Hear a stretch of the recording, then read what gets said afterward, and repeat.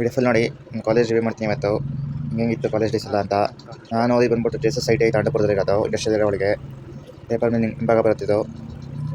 ಗಾಡಿ ಇಸ್ಬಿಟ್ಟು ಒಳಗಡೆ ಹೋಗೋಣ, ತೋರಿಸ್ತಿಂಗೆಲ್ಲ ನಾವೇ ಹೆಂಗಿತ್ತು ಕ್ಲಾಸಸ್ ಎಲ್ಲ ಅಂತ.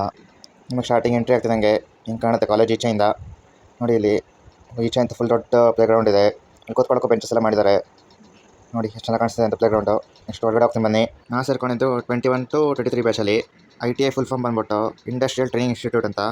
ಇವಾಗ ಹೆಂಗೆ ಮಾಡಿದ್ದಾರೆ ಅಂದರೆ ITI ದವ್ರು ಮಾಡಿದವನು PU ಮತ್ತು ಡಿಪ್ಲೊಮಾ ಈಕ್ವಲ್ ಮಾಡಿದ್ದಾರೆ. ಅದರಿಂದ ತುಂಬ ಹೆಲ್ಪ್ ಆಗುತ್ತೆ. ನಾನು ಮಾಡಿದ್ದು ಎಲೆಕ್ಟ್ರಾನಿಕ್ ಮೆಕ್ಯಾನಿಕ್ಕು. ನೋಡಿ ನಮ್ಮ ಎಲ್ಲ ಕ್ಲಾಸ್ ತೋರಿಸ್ತೀನಿ ಬನ್ನಿ. ಅದ್ರ ಜೊತೆಗೆ ನಿಮಗೆ ಫಿಟ್ಟರ್ ಇದೆ, ಆಮೇಲೆ ಎಲೆಕ್ಟ್ರಿಷಿಯನ್ ಇದೆ. ನಂದು ಬಿಟ್ಟು ನೋಡಿ ಫಿಟ್ಟರ್ ಲ್ಯಾಬ್ ಇಲ್ಲಿದೆ. ಅವಾಗ ತೋರಿಸಿ ನನ್ನ ಎಲೆಕ್ಟ್ರಾನಿಕ್ ಮೆಕ್ಯಾನಿಕ್ ಲ್ಯಾಬು. ಆಮೇಲೆ ಕಂಪ್ಯೂಟರ್ ಲ್ಯಾಬು ಇದೆ ಇಲ್ಲಿ.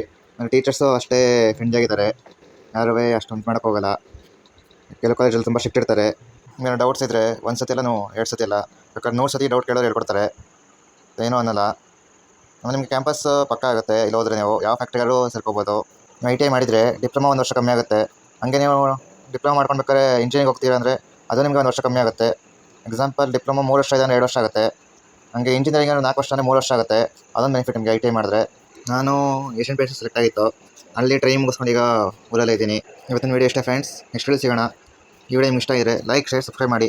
ಹಾಗೆ ಬೆಲ್ ನೋಟಿಫಿಕೇಶನ್ ಆಲ್ ಇಡಿ, ಅದನ್ನೆಲ್ಲ ಅಪ್ಡೇಟ್ ನಿಮ್ಗೆ ಬೇಗ ಬರುತ್ತೆ. Thank you for watching. Bye.